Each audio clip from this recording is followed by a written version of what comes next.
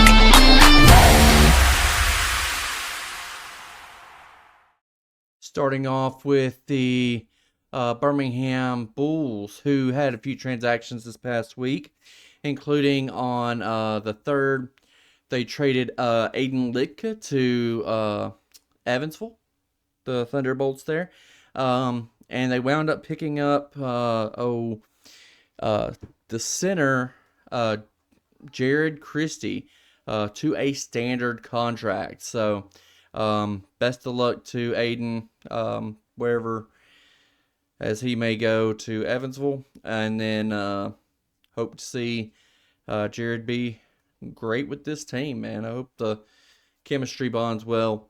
Then on Friday we had we were up on in Illinois for match with, or a couple games with Quad City. We rarely get to see matches with the Storm, or games there with the Storm, so it was great to see this. But things started off with Brent Moran in the net for the Storm and Stewie in for the Bulls.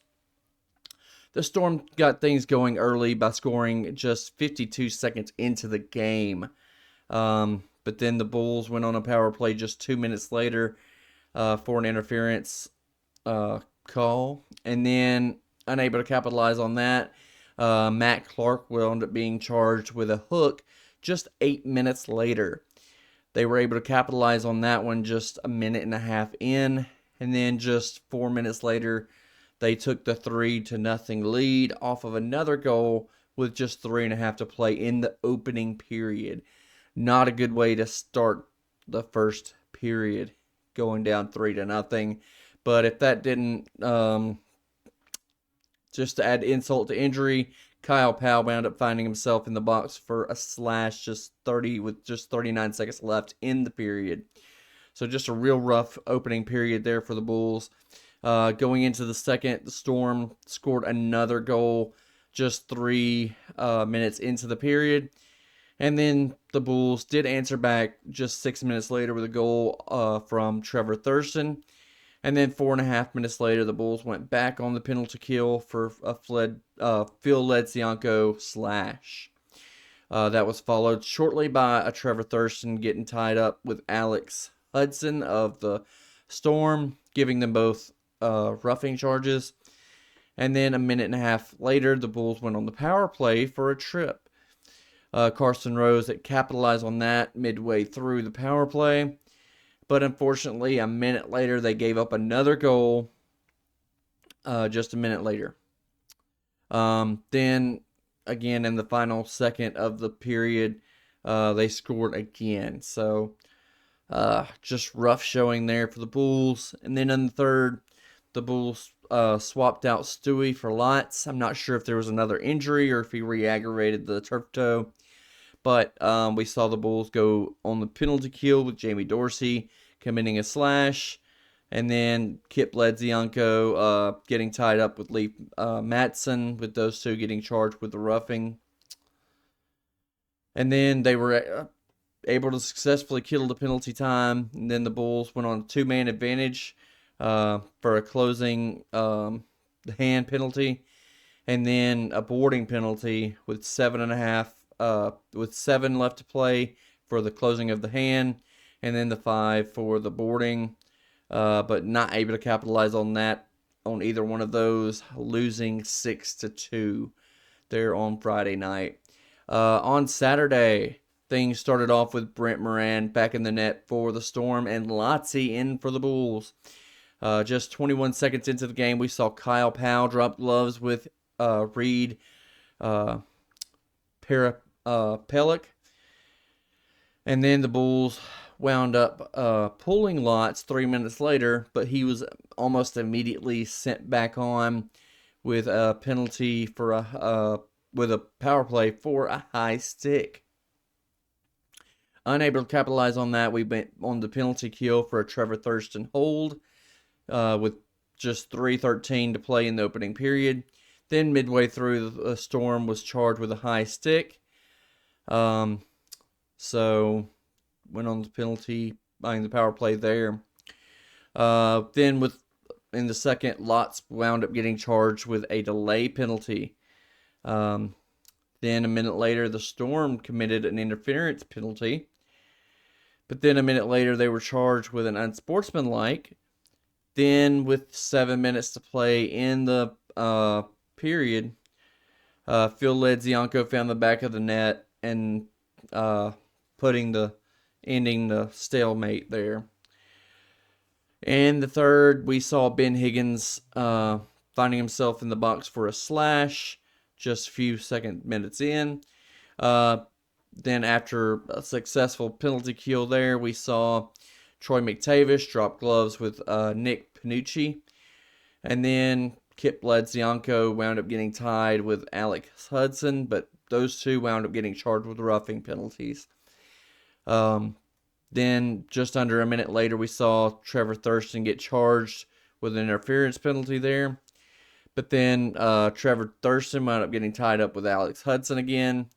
And the Storm wound up getting charged with a major as well for a check from behind, as well as a double major tacked on for game misconduct, putting the Bulls on the power play just 8:34 into the third. And then they wound up pulling their goaltender with just over 2 minutes to play. And then seconds later, we wound up seeing Phil Ledzianko dump the puck in the net and the empty net to seal it for the Bulls there. So nice split with the team, with the Storm there, as we really get to see them play. But as it stands right now, they are 17-17-3.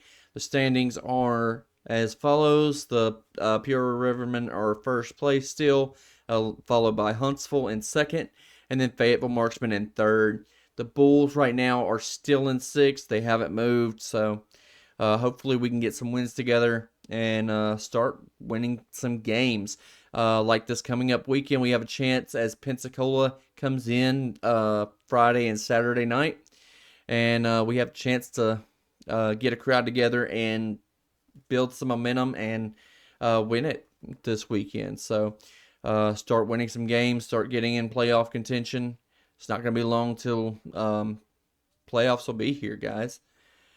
Switching things over to the Birmingham Squadron, we had a few transactions this past week. AJ Reeves was signed to the Squadron on Wednesday, and then on Friday we learned that Alfred Payton was signed to a contract with the Charlotte Hornets. So we wish Alfred Payton well. I noticed he didn't play on this past weekend, so Coach had mentioned that, but wasn't sure until on Friday that he had been signed to Charlotte.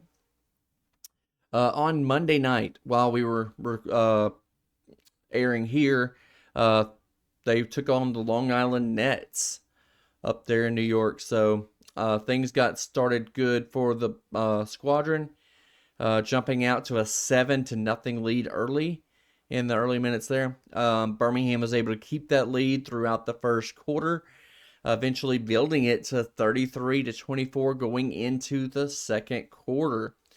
In the second, the teams wound up trading blows with the Nets slowly chipping away at the lead, chipping it down to 4. And then the Squadron wound up getting some good defensive rebounds to extend their lead again, just midway through that quarter there.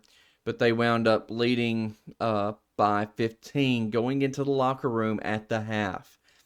Then both teams came out strong defensively after out of the locker room there. And then the Nets wound up cutting the lead to 3 by the midway point of the third. And then both teams were racking up boards defensively. Before long, Island wound up taking the lead late in the third quarter. And then they traded leads in the final minutes before going into the fourth, with the Nets leading by 3. Long Island was very much controlling momentum in the fourth, with Birmingham keeping it close just midway through the fourth. Then the Nets wound up building a lead off of some ball control errors there for the Squadron and some defensive rebounds there for the Nets. But Birmingham was not going to go down. I've got to say that they have been really good about not giving up there in the fourth quarter. So they were not going to go down easily. So they wound up coming back and taking the lead with just 3 minutes to play in the game. And the teams were going back and forth before the Squadron finally won it 117-113 as the clock struck 0. So good game there. Good to see them come back. I wish they would be able to keep a lead for an entire game. But I guess, they are still good defensively there. Switching things up on Sunday, they wound up coming back to Birmingham to take on College Park. Started out with both teams trading shots with College Park primarily leading with by a single score, but the Squadron continuously tying it up. But before Birmingham wound up taking the lead with 4.5 left to play in the opening quarter. Then with a couple defensive rebounds, the Squadron wound up going into the second with 25-16 lead. And then we saw they wound up going back and forth in the early minutes of the second before Birmingham wound up getting a few more defensive rebounds to put their lead up to 15 at the halfway mark of the second quarter. After an immediate timeout to bring some bigger guys in, the Nets wound up going on a 14-point run to retake the lead. The Squadron did score one off of a Leicester layup, but then the Nets wound up going back at it, not allowing Birmingham to get any easy shots in the paint. The Nets wound up going into the locker room at the half, leading the Squadron 46-43. And then the Squadron came out hot by getting a few rebounds, turning them into points, retaking the lead there. And they wound up going back and forth throughout the third, and Birmingham was able to protect their lead for the rest of the quarter. In the fourth, the Nets wound up taking the lead early, both teams playing strong defensively, and they wound up trading leads a few times throughout before the Nets wound up pulling away just a bit past the midway point of the fourth quarter. And Birmingham tried to stay in it, playing strong defensively, but they just couldn't get the comeback as they wound up falling at home 110-97 there. I was at that game, and after the game, we talked to Coach Saint. He was asked about the points in the paint, and this is what he said. And then he was asked about the addition of A.J. Reeves, and this is what he told us. And then we wound up asking about the improvement that Birmingham has had, especially with from behind the arc, and especially from Lester Quinones. But great interviews from Coach Saint there. But as it stands right now, Birmingham is currently sitting at 4-12 and in last place again, still in the Eastern Conference of the NBA G League. We've got a few games coming up this coming up week, as on Wednesday we will play the Westchester Knicks at Legacy Arena, and then the next day the Indiana Mad Nets come in to take the Legion on at home as well. So some really great games. Make sure you get out there. It's going to be Commander's birthday on Wednesday, so make sure you get out there.